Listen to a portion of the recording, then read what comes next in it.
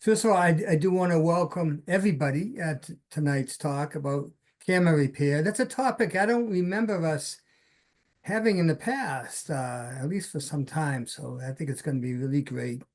Well, update everybody. We had our big Photographica show last weekend, and it was great. It was great. We had at least 500 people coming through the door. We haven't got the final count yet, but still figuring out how many students came in and how many teachers and things like that. But we'll probably have more information on that later. But it looks like it was a great turnout. The crowd seemed enthusiastic. It looked to me, looked like a younger crowd than usual. A lot of students, and the dealers all seemed happy. But we'll be getting that feedback to you as time goes on. We did sell a lot of cameras. I mean, PHSNE sold a lot of cameras, and we had a couple tables there. And mostly, not mostly, but all those cameras were donated to us. Some were consignment from the Henry Weisenberg collection, and other ones were just cameras that were donated by some members and also people who are not members. And I can't tell you how much we appreciate that. This organization does require money to keep on going. And it's those cameras that we get to sell at Photographica or on eBay that keeps us financially solvent. So one last comment. Like I said, we sold a lot of cameras. It is a complete coincidence that our first talk after that is camera repair. We uh, we we try to ensure all our cameras are in good working order when we sell them, and if they're not, we will certainly disclose as a buy as is. So just completely coincidence. We had hopefully I think one of the top people around this area in camera repair is here with us. So with that, I'm going to turn it back to Dana. And Dana, if you could introduce the speaker, that'd be great. Hi, welcome everyone. I'm Dana G. I'm the program coordinator for PHSNE. Before I introduce our speaker, Carl, is your last name pronounced Mastandrea? It's Mastandrea. Mastandrea, thank you. So before I introduce Carl, just a few announcements. The screen is being recorded for YouTube. And if you go up to the top right corner of your screen and select view, speaker view is going to be best for this presentation. Your audio and video are down at the bottom left. Carl has said he'll welcome questions during the presentation. So if you would like to, you can either use the raise hand tool or just unmute and ask as we go along. If you have any tech problems, you can always message us in the chat. And I will introduce Carl. Carl Mastandrea has been fixing things since he was a teenager and found that he had a natural talent for it. The very first machine he took apart was an old Victrola record player. He was 12. He later started and built darkroom rental facilities in Jamaica Plain in the 90s. From there, he started taking care of many of the darkrooms at all the Boston area high schools and colleges. He started repairing enlargers, timers, easels, cameras, and lenses. The repairs he does today are only on pre-digital cameras and lenses. Fixing the electronics in a digital camera is often not cost effective, as he will describe. For this presentation, he will be going over basic cleaning and repair, as well as another favorite pastime, refurbishing antique cameras. In addition to repairing cameras, he's also an active photographer and he shoots every day. And I will now turn it over to you, Carl. Thank you so much. Great, thank you. Thanks everybody for coming. So today I'm going to go over some of the basics. It was kind of hard to figure out how to fill up this short time with the stuff that I know, because I could bore you for hours with a lot more of it. But I want to show you a trick that I don't think anybody else I know does. I'm going to grab one of my dirty cameras here. I'm going to switch over to my overhead camera. And You can see that, right? So one of the ways that I fix cameras is unusual. I don't think a lot of people do it. Is I take a camera, put it in some Tupperware, and then I just completely soak it in water. And then after I do that, I take my toothbrush. Hopefully, you use a toothbrush that you're actually actively using, because if there's a little toothpaste on it, it helps in the cleaning. And it really does a very okay. Yeah, does everybody know that I'm kidding about this? Like, I really don't want to get calls this week saying I tried your cleaning method and it didn't work. All right, let's get serious now. So now that I've made a mess here on the table, there's a few things that are important in all camera repair, and it's kind of basic to any kind of repair. You have to set yourself up so that you're in the best position to get the camera apart and then get it back together. So what I'm going to do tonight is I'm going to go over some of the stuff that I do. I'm going to start with just basic stuff, just even stuff as easily as changing a battery, right? So I'm sure a lot of you know this. On most cameras, batteries components pop out very easily. They pop out, right? But very often cameras, especially point and shoots, the batteries corrode. And so a little trick is to get a little white vinegar, which I've put in this, uh, oops, sorry, which I've put in this top here. Hold on, I gotta grab it, the Q-tip. And then I have a Q-tip um, that I dip into the white vinegar, and then I just touch the stuff that's in the bottom of it or on the top that's turned green. When it corrodes like that, the vinegar actually dissolves the corrosion, and your camera very often will pop back to life because of that. If it doesn't, I've got a little file that I use. It's just a little jeweler's file, and you literally just clean off the contacts. I will say that I have fixed probably 50 cameras in my life that came in broken, that people told me they were broken and the battery was dead. They were very lucrative repairs on my part. But if you uh, if you can, you should buy yourself a battery tester. They're like $5 on Amazon, and you can test your batteries. And that's the easiest way to tell if the battery's dead. So that's simply battery changing and battery cleaning.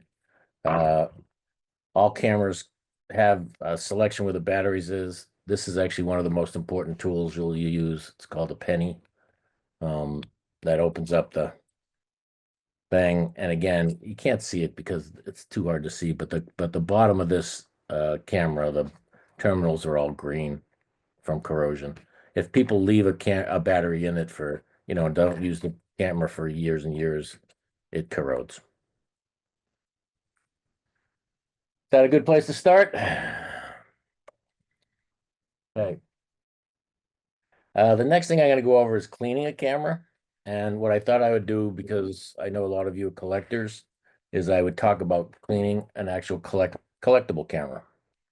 So this is a camera that I ironically picked up yesterday.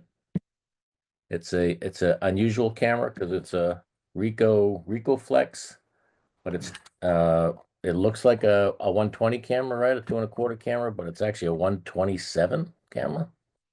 I used 127 film because back in the 50s, they figured out that you could shoot slides with this camera and they would still fit in, Kodak slide projectors, but the image would be bigger and it would be a square. That's why these cameras became popular. So this is what I do when I first get a camera. The big thing uh, is to assess it, right? And a lot of the beginning of it is cosmetic. You can't see it because the detail's just not there. But this camera is filthy. Like, this has been left out somewhere. And the dirt on it's pretty significant. Obviously, one of the things that I use a lot of is canned air, right? And when you first get a camera, the first thing to do is to just blow all the dust off it. I think you probably all know not to turn the can upside down because you get this. You don't want that. You don't want to hit your camera with the Freon or whatever the stuff is that's in there now. But I literally would just take this and clean everything about it before I start taking it apart. As an assessment of this camera, I can tell right away there's a ding on the front of this, and so I know that's going to be a problem. But what is most important to me almost all the time is how the inside looks. Because if the inside is clean, very often then you'll have a good camera. It means that it's been taken care of if it's not rusty or pitted and stuff. And this camera is actually in amazing condition inside. Um, so I'm not going to take this camera apart, but if I did, I'd tell you how I would start that. So the first thing that you need to have is you need to have a set of tools. The best thing that I've literally ever bought for tools is this screwdriver set, which is 146 heads for the screwdrivers. There's not a screw or a nut or anything that you can't take off with all this stuff. This is and this has eliminated my giant toolbox full of screwdrivers. I've been able to literally get fixing down. I almost always use this, and almost always use this exclusively. In addition, when I'm cleaning cameras, I'm not going to do this tonight because I have to use the computer, but I generally wear nitrile gloves. I wear gloves so I can keep the oil that's on your hands is so that it doesn't get on the camera, especially you don't want the oil on your hands on any of the glass, especially the mirror. Oh, excuse me, Carl. Bradley Herman has a question. Shoot. Hey, Carl. So I have a question regarding your previous exercise with the canned air. So Yeah. a lot of the camera videos and books that I've read, they tell you to brush the camera off with a soft brush and not use canned air because the high pressure will cause could cause an ingress of dust into the mechanism. Have you not found that? I have not, although I will say that I don't put the nozzle of the air, anywhere close to the camera itself. I will tell you that in my life, in the cameras that I've fixed, I've probably fixed 50 cameras in my life that people brought to me and told me that that the mirror was stuck, and the mirror was almost always stuck because there was dust along the edges of the mirror holding it up. And I have many times, I'm gonna show you this trick, and I'm not going to charge you for it, but I'm going to show you this trick. I have many times put a towel on a counter, taken the camera and gone, and it's popped the mirror out. And then I charge them $25. I'm not kidding. I've fixed at least 50 cameras that once that happens, I blow it out. The problem with just using a brush is you can't get behind the mirror, right? You can't get on the side of the mirror, right? Like I'm not suggesting you don't use a brush. I think that's a good idea. If you want to start with that, but I find that the sort of, the parts that are kind of hidden away, you just can't get at with a brush. But in terms of just cleaning in general, when I clean lenses, I will definitely brush the lens off. And then what I use to clean lenses is a lens pen, which is one of these things, right? Yeah, the brush method was more for like external stuff. I mean, I know you can't brush too much inside a mirror box. Yeah. So, Yeah. I mean, if it's external, I don't see how the canned air is going to hurt the thing. I mean, again, we're also talking. Let's talk about the difference between the kind of cameras you're going to fix. Like if you're going to blow out a Pentax K1000, they're kind of pretty tough workhorses, right? If you're going to blow out a 50-year-old Leica, that's worth $5,000, you're going to take a little bit more care, and worry Mm. about that kind of stuff a little bit more. Mm. But Thank you. anyway, I think that answers your question. Yeah, thanks. So for cleaning, the stuff that you need is you need a lens pen, you need lens tissue.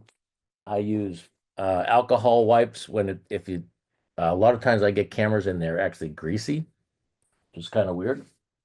I have to clean the outside of a camera. I use Armor All leather care to clean it.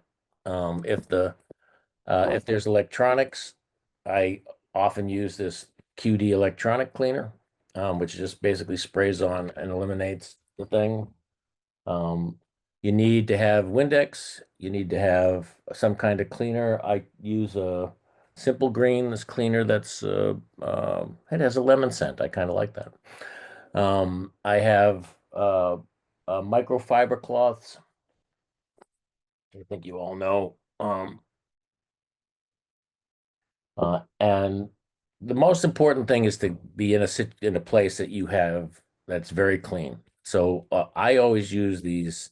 This is one of those plastic cutting board things, and I use it exclusively to fix stuff on top of because I can clean it all the time, and I know that there's no dust on it, and it's not going to add dust to it. And so um, that's how I start. There's a few things that you can't clean on a lens. Actually, that's not true. There's a few things that are much more difficult to clean on a lens. If your lens has fungus, I mean, we've reached a point where uh, if you have like this is an old Series E Nikon lens. This does not have fungus, but if it did, I wouldn't go through the expense of taking it apart. I'd just buy another one. And the one thing about that's changed in camera repair a lot is that, it used to be that everything got fixed, but now you have to assess the replacement cost versus the repair cost.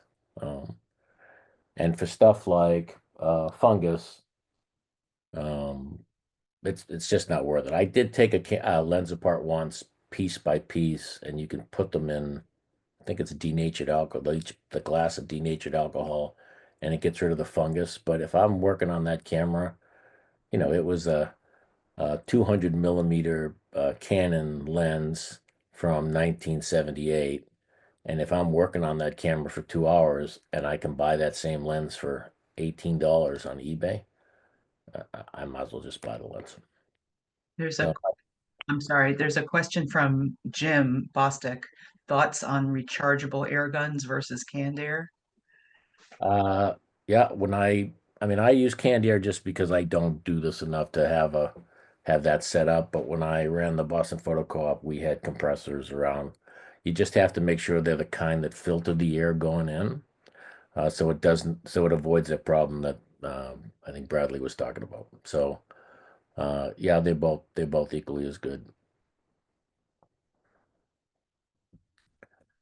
So cleaning a lens is again just a simple matter of um, using the dust off to get all of the dust off, using a brush to get off any additional stuff that won't come out. And then, like I said, I love there's nothing better than these lens pens. They just clean this stuff up perfectly. Don't press too hard. Always be under a really good light. I mean, that's the other piece to setting this up is make sure that wherever you're repairing, you have, it's a very bright spot so that you can see if there's any issues with the lens or, if again, you don't want to make the mistake like we were talking about before where you drag a piece of dust across the surface of the lens and wreck the lens. But that's literally never happened to me. So you just have to be careful with that. Um, use lens tissue paper with a little um, um, lens cleaner fluid. All this stuff you can buy on Amazon very, very cheaply now. This was $3. This came with a lens that I bought. The lens pen is $5. If you have any questions about the equipment that I talk about, as we go along, just reach out to me by email and I can answer any of those questions. So once the you've got the stuff cleaned, once the issue is not cleaning anymore, because cleaning happens to be the easiest part of the game. The next question is to assess whether or not it makes sense to fix the thing. And so it's a fairly simple process, I think. There's some repairs, like I said, that just aren't worth it anymore.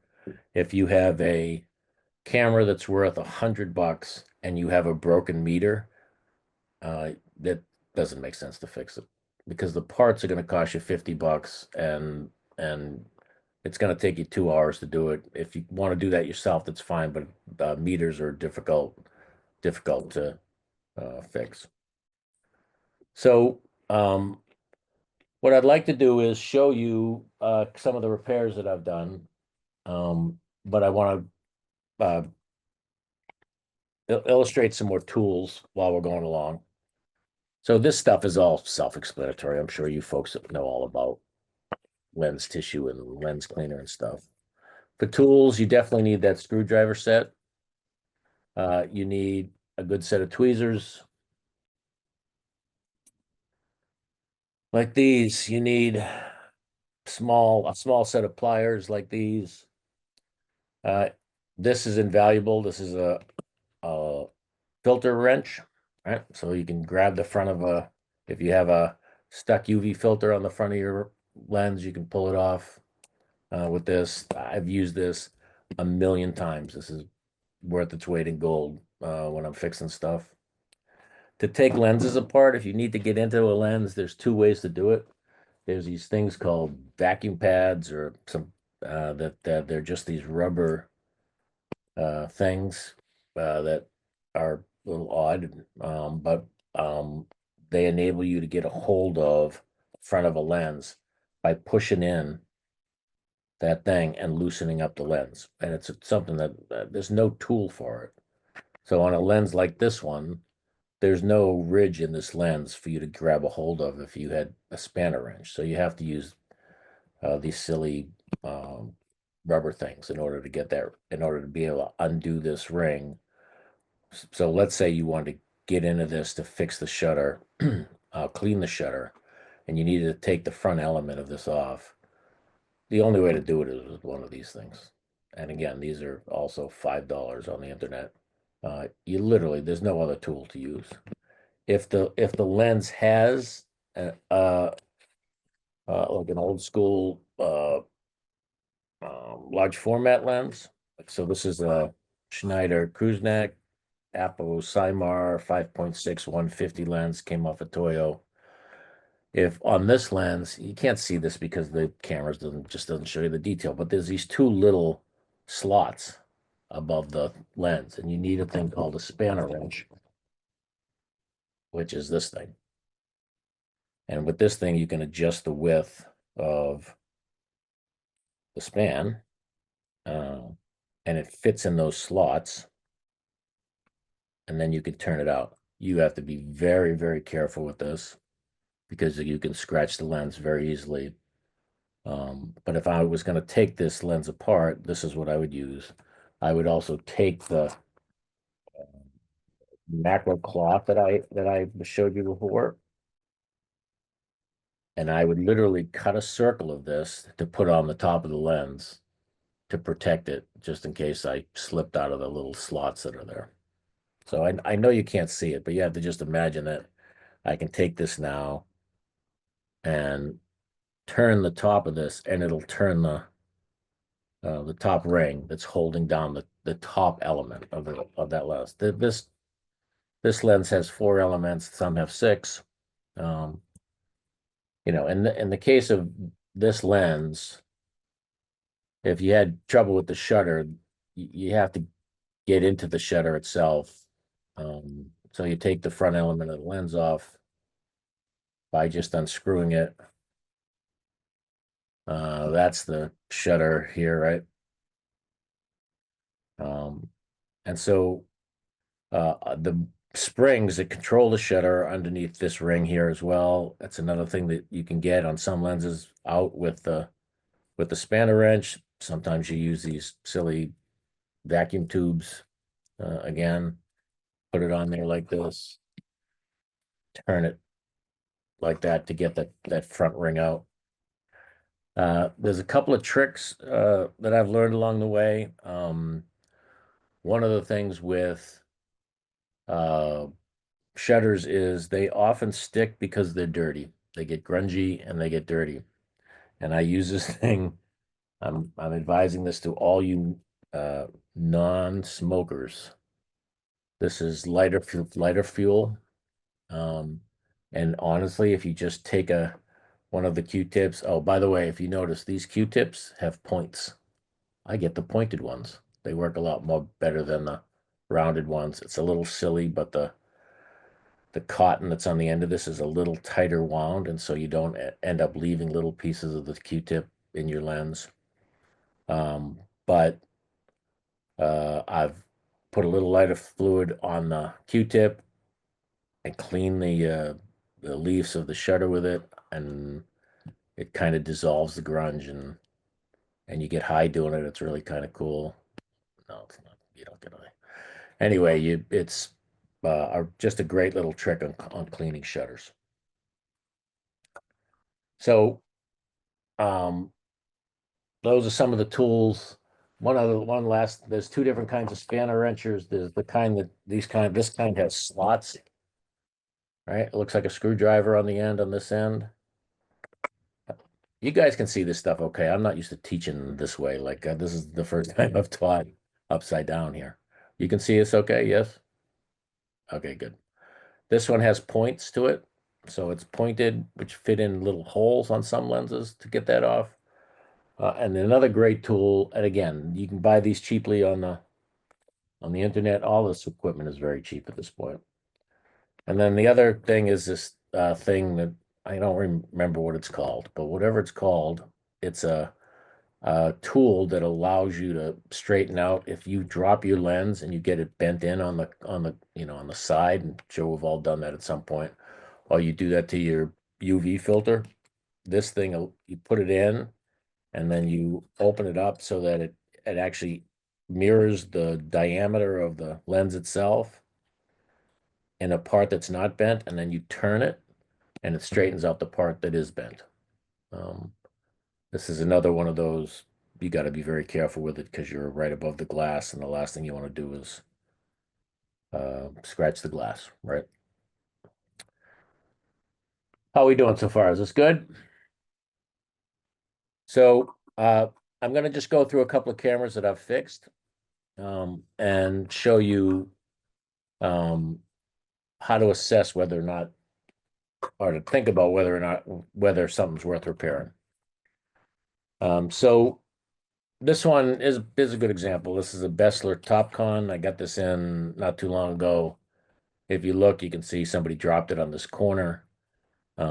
It's not clean. It's got a broken advanced shutter wind knob, and I don't have to look at this for 5 seconds to know this isn't worth cleaning or fixing. I'll have to chase down the part for the advanced lever. This thing by itself is worth, it's worth $5. It'd make a better boat anchor than it would a camera. The only thing that's cool about this is it says US Navy on the bottom of it. So if you're a collector, those kind of things make a difference. But this one's an easy call, right? Don't fix this. Use this as a paperweight.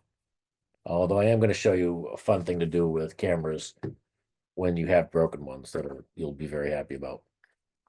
This one is a Minolta XD11. It's advancing, but the shutter's not working. All right. So I look at this as a repair guy, and I can see that there's corrosion here and here. And again, this camera's worth $25 maybe. And so once I see the corrosion, I could take this apart, but corrosion's tough to get off of shutter leaves as opposed to grime or dirt. So this is another one that I would just pass on. Is it helpful seeing these examples? one that I had a lot of fun repairing, this is one that I chose to repair, is this Minolta 35. It's a Model 2. A friend of mine owns an antique store in Plymouth, Mass, and I do a lot of repair stuff for him. So this one has a cloth shutter. Now, this one's going to be a little hard to see. I was trying this earlier, but so a cloth shutter is different than a leaf shutter. There we go. You can see how the cloth winds to an end, and then when you press the button, it opens up. And I've got it on bulbs just to keep it open, and then you can see that it closed, right? So in this case, the question is uh, the shutter was sluggish. And so if the shutter is sluggish, that's usually a sign that it's repairable. It just needs to be cleaned, right? And so what I did is I went in and I took these 6 screws off right here. I'm sorry, 7 screws. And that plate just lifts up. I'm not going to do it now because it's going to take me 10 minutes to get these tiny little screws out. But that plate lifts up and I could see the gear box that was right next to it here. And then I did another little trick that I have, which is, I'll do it that. I have the stuff that I use that is sewing machine oil. And what I was able to do is, because this comes with basically a hypodermic needle on the top of it. It's not really hypodermic. It comes with a needle on the top of it. I don't know why I said hypodermic. But then I was able to go in there and just put one tiny drop of oil in there. You don't want to put a lot. You never want to use WD-40. And you want to use as absolutely little as possible. But in this case, this camera without being fixed is worth, with having the slow shutter and it not being able to use it is worth about $75. Once I fixed it, it's now worth 250, maybe $300. And my friend who owns the antique store has it for sale for $195 if you're interested. But this was an easy one to call in terms of how to repair it because it was expensive. It's an expensive camera, and so the amount of time that I would need to put into it it made sense. The other thing on this camera, which is it's hard to see, but the leatherette on the side of it was broken. And I'm sure you've seen that. There's a lot of old cameras suffer from that problem, right? And then they end up not looking very good. In this case, I was able to peel off these pieces here and then glue them back on. And I use this slow setting contact cement to do that. I also have this kind of weird stuff called neat's foot oil that you can use to soften up leather. And that often helps. To clean it, I just use this Armor All leather care. Sorry, Armor All leather care, but the leatherette is just glued onto it. The cool thing about a lot of cameras, especially Nikons and the typical 35 millimeter cameras from the 60s, is you can still buy the whole leatherette piece to it and replace it. And I've done that a number of times on 35 millimeter cameras where you just kind of get a screwdriver under there and peel the old one off, and this new one is perfectly supple. I use the contact cement and put it back on.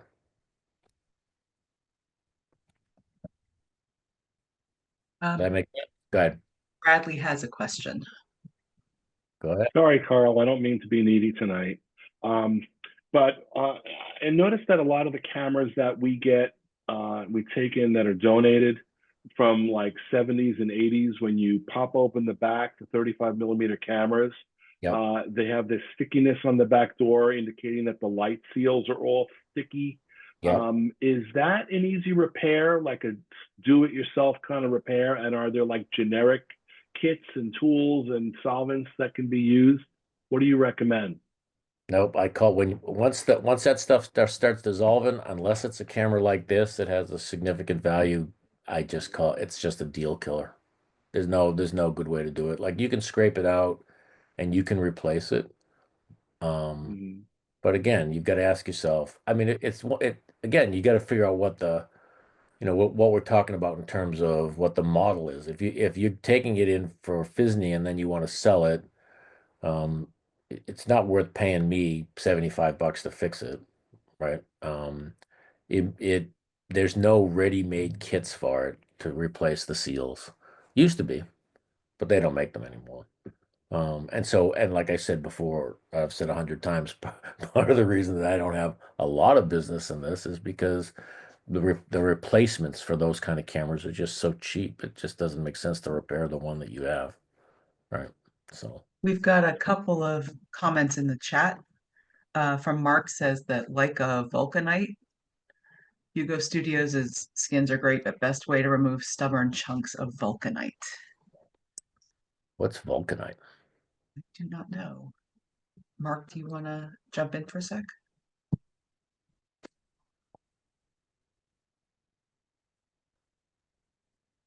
Hi, Mark here. Can you hear me? Yep. Yes. Vulcanite is the rubber, vulcanized rubber that's applied to every Leica made from 1925 through, probably 2005. It's the gutta percha that is molded to the aluminum alloy of the bodies. You can chip it off, and Hugo Studios makes some great self-adhesive skins to replace it, but sometimes you can get 90% of it off, but there's that 10% on the corners where it's glued well. I was Right. wondering if heat or what chemicals work well for replacing vulcanite on M Leicas or screw mount Leicas or even some of the R ones. So I can't specifically say about what will dissolve that with the Leica. I will say that the stuff that I use sort of when I'm stuck because nothing else will take it off is I use this electronic cleaner stuff, which is this stuff. But this is one of those things. Again, when you got to talk about, the value of the camera versus the cost of the repair. Like you don't want to screw up a Leica, right? And so you just have to just be very careful about how you go about assessing whether or not you should be doing it anyway.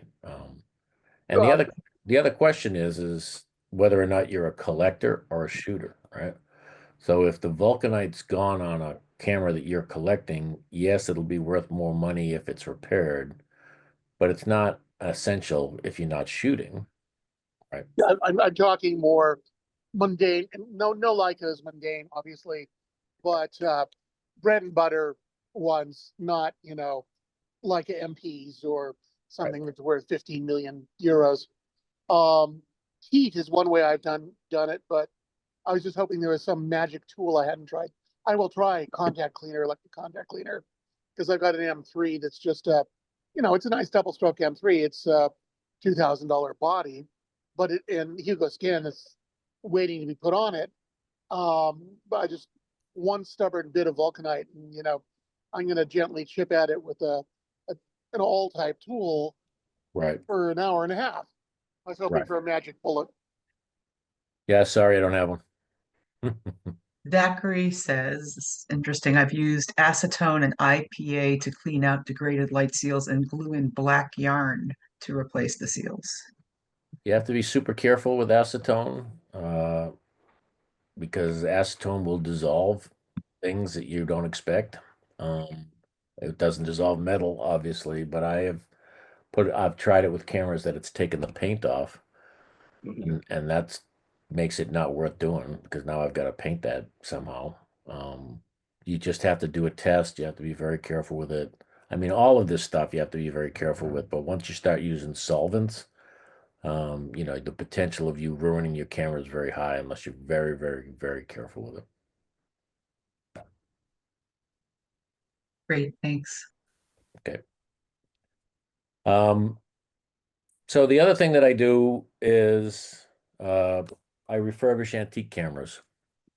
So one that I worked on recently is this. This is going to be hard to see, but it's a 5x7 Seneca.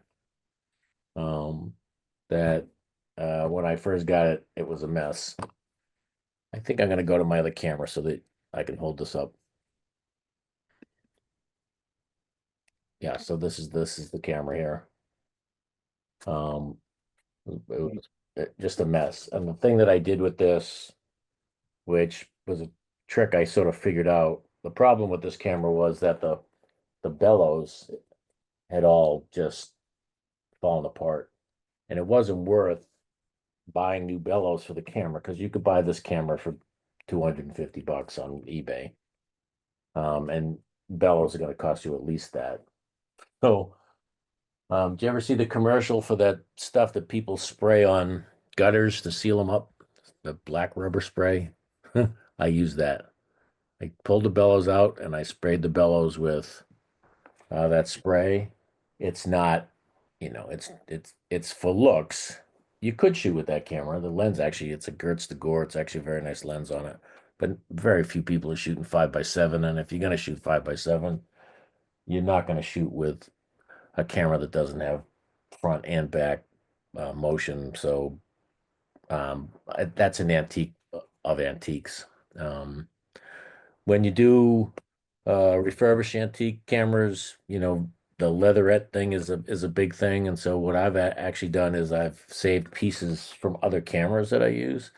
The other friend that I have of all things is shoe polish. It's the best thing to turn the black of the leatherette on old cameras black again. And you rub it in and it doesn't come off on your hands. It's actually quite magical that way. The key with, I mean, the problem with antique cameras is if they need a part, you're going to have to figure out a way to manufacture it because you can't order parts for them. But I find them really fun. That camera, that Seneca, I fixed the bellows. I took the lens apart. I cleaned the lens. It worked. It was nice. The viewfinder, they literally used that camera like a twin lens reflex kind of thing where they held it and looked through a viewfinder, which I find crazy, right? Like there is a ground glass in the back, but they also had this viewfinder. But the mirror in that was broken. So I just took the mirror out and got a little piece of mirror and put it back. Again, you end up sort of figuring out these tricks to stuff to do. And here's something that that I'll end with. So one of the things that I've done is because I collect cameras for a long time, and this is a good example of a camera that I would be attracted to. I really liked.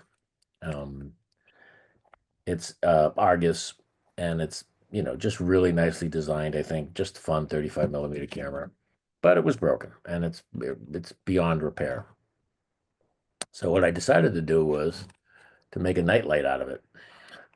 And so if you look, there's a little button there. It's very hard to see, but when I press it, a light comes on. It's pretty cool, isn't it? And this is for sale. No, I'm kidding. I'm not selling this. But that's a fun thing to do is to repurpose antique cameras. I actually think that's something that PHSNE could do with some of the stuff that they get donated, right? Instead of selling it as like this camera without my little nightlight in it is worth maybe $25 for parts. With my little nightlight in it, I've sold a bunch of these to people, not this one in particular, for $75. So it might be a way to increase the value of those cameras that we were talking about before. Jim has a question. I have some really old wooden cameras with beat up leather. One is an 1888 original Kodak. I'm afraid to work the leather on such a rare antique. Thoughts? Yep, that's the problem I had with that camera that I just showed you. It's also that they're very similar in age. Yeah, there's not a great solution. There's people that will make bellows for cameras, although they're increasingly harder to find. You bellows for most old cameras come off very easily. I'm going to switch back to my camera again. Hold on. Yeah. So they come off easily. Like if you look in the back of the cameras, they're only held on by 10 screws usually in the back or 8 screws in the back and same thing in the front. And so it's pretty easy to get them off without damaging them. You know, you don't have to like have your hand in the middle of the bellows. It's all on the outside. It's all screws on the outside. But once you get it off, that's the trick. That's why I sprayed this stuff with my gutter sealant stuff, because I'm not going to shoot with it. I just want it to look good, and it actually looks. I think it looks great. So, um, you know, again, in all of this stuff, you have to think about sort of what the value is. So if you have this Kodak 1890 camera, what's it worth? Is it worth $250? It's probably not worth $1,000. And if it's not worth $1,000, then it's not worth buying bellows for it. And again, the question is, are you going to shoot with it or are you just going to look at it? So for this Seneca that I have, I'm just going to look at it, right? So I mean, I could use that camera. Like I said, it's a functional camera, but I'm not shooting 5x7. So those are the things that you have to take into consideration when you do any repair, right? Like what's the use of the camera? What's the cost of the repair? And whether or not you can actually do it. So I'm going to go back to my other camera here for a second.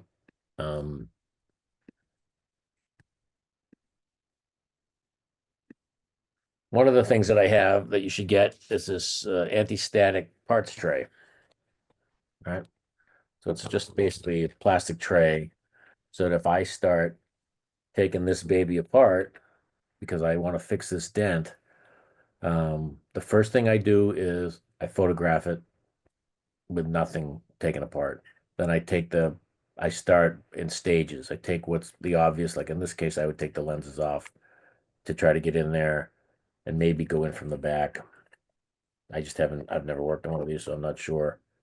But every step of the way, use your phone, take a picture of it. Unless you have a photographic memory, it's very hard to remember where every screw goes to. But having this tray, I start from the bottom left and I go 1, 2, 3, 4, 5, 6, 7. So I know that those are the steps that I took the screws out, and then I know how to get back into it. This is a very valuable tool. There's a question from Lay. Large format shutter usually needs to tune up the speed.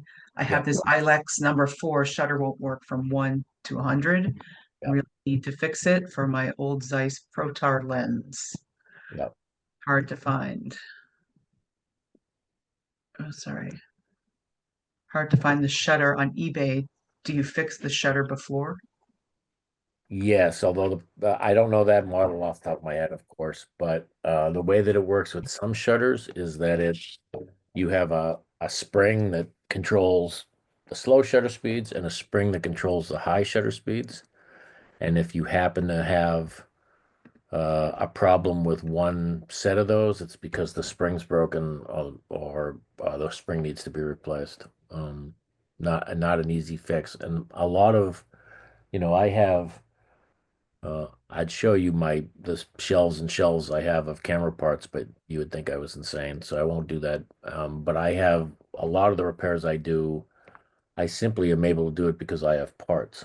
I have made a lot of money fixing cameras because the rewind knob broke. I mean, that happens with students all the time. They just turn the rewind knob and turn the rewind knob and break it. That's a rewind knob. Can you see that? No, you can't see it, can you? Oh, there it is. Um, and these are very easy to replace, but nobody makes them anymore. So if I have to get a rewind knob for a Canon AE1, I have to have an old Canon AE1 that I'm taking the rewind knob off. So I tend to save all the broken cameras that I have because I can use the parts. But again, that's clearly, when I moved into my current house, my son was helping me move my photo stuff. And he said to me, "Can we throw this out now or do we have to wait till you're dead?" So, the number of parts for a lot of old cameras, the number of people that have them are clearly dwindling. All right. Oh, sorry, there's a few questions. Bradley had Great. um, do you use diagnostic test equipment such as shutter testers or lens collimator? I used to, but I don't anymore. Again, it's an issue of cost effectiveness. Like people aren't asking me to adjust the times on their shutters anymore. They used to. And uh, actually, what I used to do is just write down what the actual times were and told them to use those actual times instead of paying for an adjustment. Somac says, how good is lighter fluid as lubricant, particularly for shutters? Not at all. That's not what it's used for. It's just used to clean. It has no lubricating Oh, qualities at all. I see Chris's reply below. Sorry about that. Yep. If this has been fantastic, especially how to gauge whether or not the camera is worth repairing. I think that's an important judgment to be able to make. And I would love it, Carl, if you could drop your email before there's a few more questions, I think. Drop your email in the chat. I know Okay. folks had questions about some of the equipment that you were using later on. Yep. Um, Do that now. in the chat. Yeah. Another thing, does anybody here recall what was the name of the dark room? The Boston Photo Co-op. Did anybody here use Boston Photo Co-op?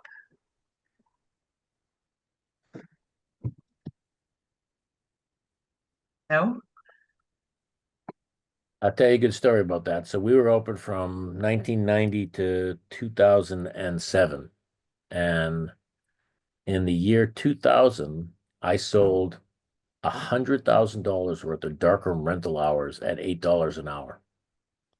That's a lot of darkroom rental hours. 5 years later, we were out of business. 5 years later, 2 years later, our business had decreased by 50% and then kept decreasing by 50% each year till we were out of business.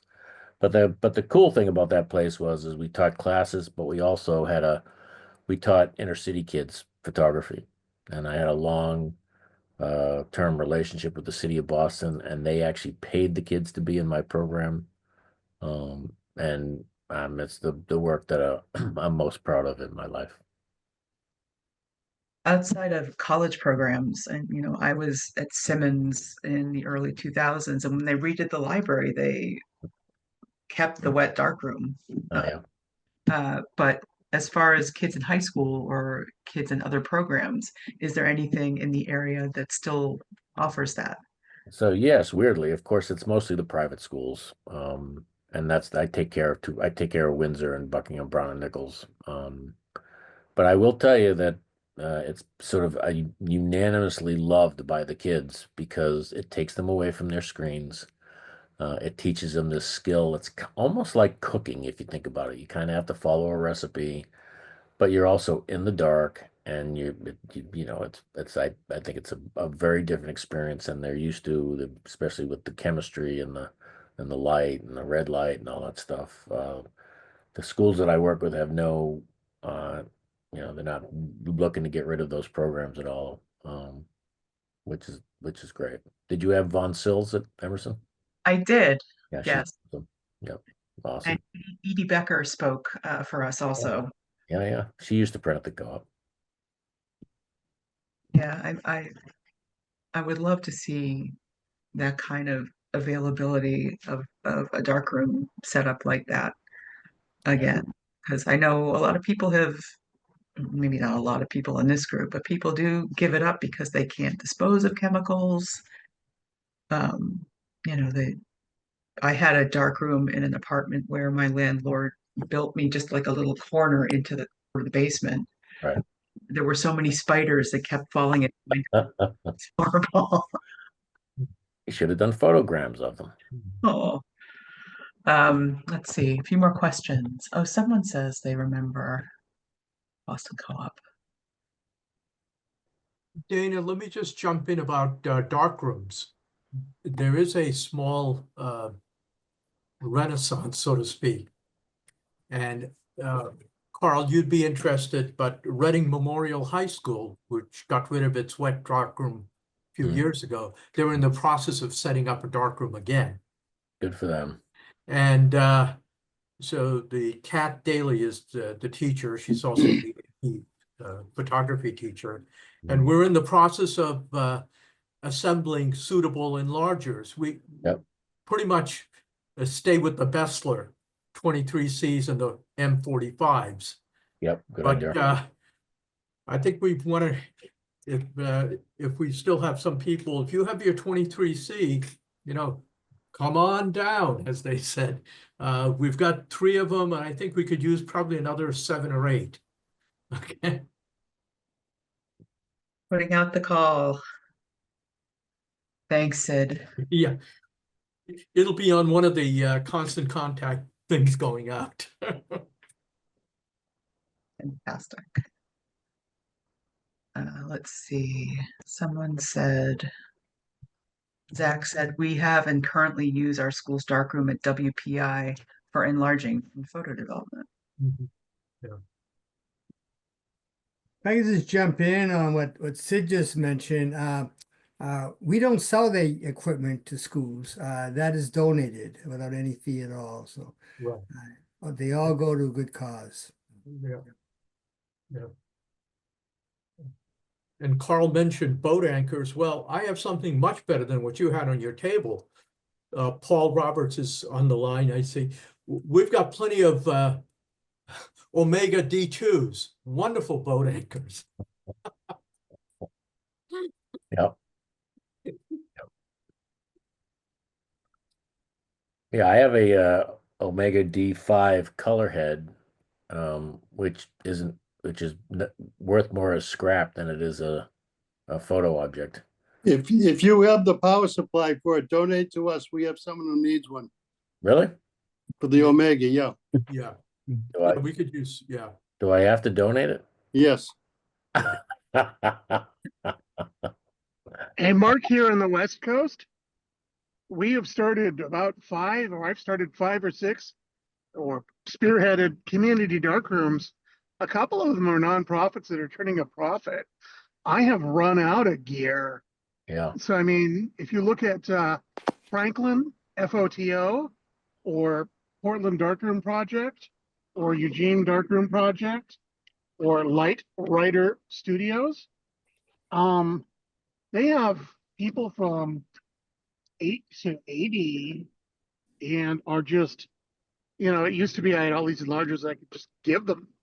But there's huge demand on the left coast out here for wet darkrooms and traditional product. So I don't know how it is in New England and the East, but you know, Frank, a lot of these people will be happy to share their recipes. And anybody who wants, I'll be happy to put them in touch. This is Jim from Salem, north of Boston. And I've had so many people come to me and say, what happened to all the community darkrooms? And I'm in the middle of building a space that's 26 artist studios. And I decided to put a darkroom in because so many people have been asking for one. Great. I hope it works. Put in ventilation. Yeah, we got it. The problem for darkrooms that are part of art facilities is the art facilities. We had this problem in Newton. I donated 2 or 3 enlargers, most of their darkroom, but groups that aren't specifically doing the darkroom stuff don't want to staff their buildings at the hours people want to use the darkrooms. So that's what's killed most of the community darkrooms around Boston. No. We don't have that problem out here in the West. Good. We got darkrooms running till midnight. Can't imagine. Barry says that the Vermont Center for Photography has a community darkroom. Yeah, they're a great organization. They're still Mhm. doing all of that. Yeah, they have Josh and the guys up there, they have 5 to 7 Saunders up there. Yep. Yeah, great setup. Of course, Charles Bessler still sells 23 CXLs brand new. For like, Oh, yeah, of course. Yep. Yeah, for like $1,800. Yeah. But when it's the only game in town, Carl, they last forever. we may have, we'll know in a month or two, but we may have a lot of camera parts that we might be able to give you that we no longer have a use for. Great. So if you want to contact info@PHSNE at some point, maybe in 2 or 3 months, there might be a lot of good stuff, even labeled parts that you might be able to use. Awesome. Great. Thanks. Mark again in Oregon. Gene, who used to run Austin, Texas, camera repair, is an old guy, a nice old guy who lives in Vancouver, Washington, a suburb of Portland now. He has a couple storage units with the parts, and I'm with shutter testers and everything else. Anybody who's interested, I'll be happy to, mak@teleport.com is me, put you in contact with him and y'all can figure it out. I hate to see that stuff go to the dump. Yep. All right, well, we are at 8:31. Anybody have any last questions for Carl? Yeah, just quickly, Kyle, you said you also do your own photography. Could you just Yeah. spend maybe a minute or so on what kind of photography you do? Yeah, sure. There's two ways that I think about photography. So I'm actually I shoot with my phone all the time now, primarily, and the more serious work that I do that I actually make big prints out of, I use a software that I make overlays where I put two images together to create these kind of fantasy worlds. That's my serious work as it is. But also during COVID, I started posting a picture every day in this little thing that I called "Let's Find One Good Thing Every Day," because everybody was kind of, wrapped up in all the nonsense of COVID and stuck in their homes. And so I started posting a picture every day. And so that was 2020. I've posted over 1,800 images on Facebook since then. How many of them are good? Probably about 11. But the goal of those photographs aren't to end up on the wall of a museum. The goal of those photographs are community building, and the art of that to me is the concept of it, and not so much the image of it. And the photograph is that I put up is meant to be a prompt. So today I put a photograph up of a reflection. And so the people then post below it pictures that they've taken of reflections. So that's been pretty fun. Kathleen asks if you repair Hasselblads. I do not. Sorry. Rick Nordine in Victoria, BC. The man who wrote Hasselblad Compendium. Yeah. Best Hasselblad repair person on the planet. It's a very expensive repair though, just so you know. Brown Owl Repair in Western Massachusetts. He bought out and he was trained by David Odess. So that's another one, Kathleen. Okay. Great, thanks, Sid.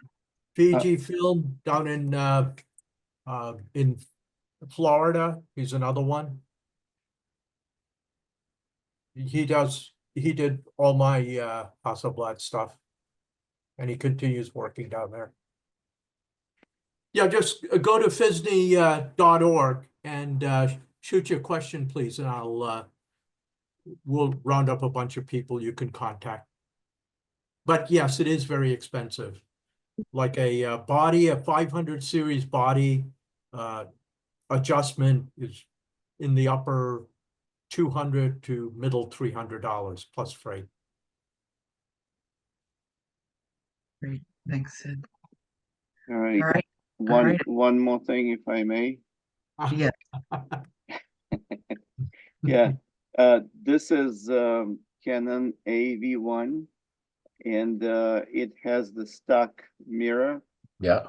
And I just tried your trick. Yeah. And it didn't work. Oh, put it No, over. no charge. Okay. Yeah. And another thing. Wait a minute, This, you didn't hit it hard enough. Is the foam mirror strip at the top of the prism, pry the mirror gently down with your finger. Is that foam strip that stops the mirror when it goes up sticky and Gooey. gluing the mirror up? Yeah, it's a classic, No, problem with the there E1. is no mirror bumper. I already removed it. So it was sticky. Another one is this old Zeiss icon. Not sure if you can see it. Yeah. It's a 6x9 old Zeiss Yeah, icon, right? Like this. And it has come for the shutter, which is sluggish. It probably needs some cleaning. yeah, This carburetor choke cleaner. yeah. Yeah. Dig out my carb jokes from my MG. Right, right. And it'll start right up. Yeah, yeah. Before we All right. close out, Garage now looking for the MG tools. Right, Carl? before we close out, Carl, did you put your email in the chat yet? I did. Okay. Someone was asking for it. Yeah. So there it is. It's carl.mastandrea@gmail.com. Okay. Pretty easy email. So Carl, may I email you to set some time together?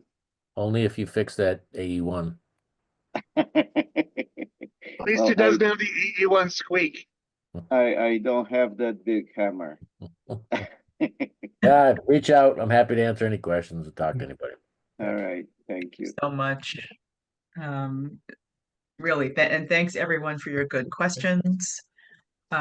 If you would like to join us next month, June 1st, Cindy Motzenbecker, who is the former longtime president and treasurer of the Michigan Photographic Historical Society and board member of the Daguerrean Society, is going to present on her image collection.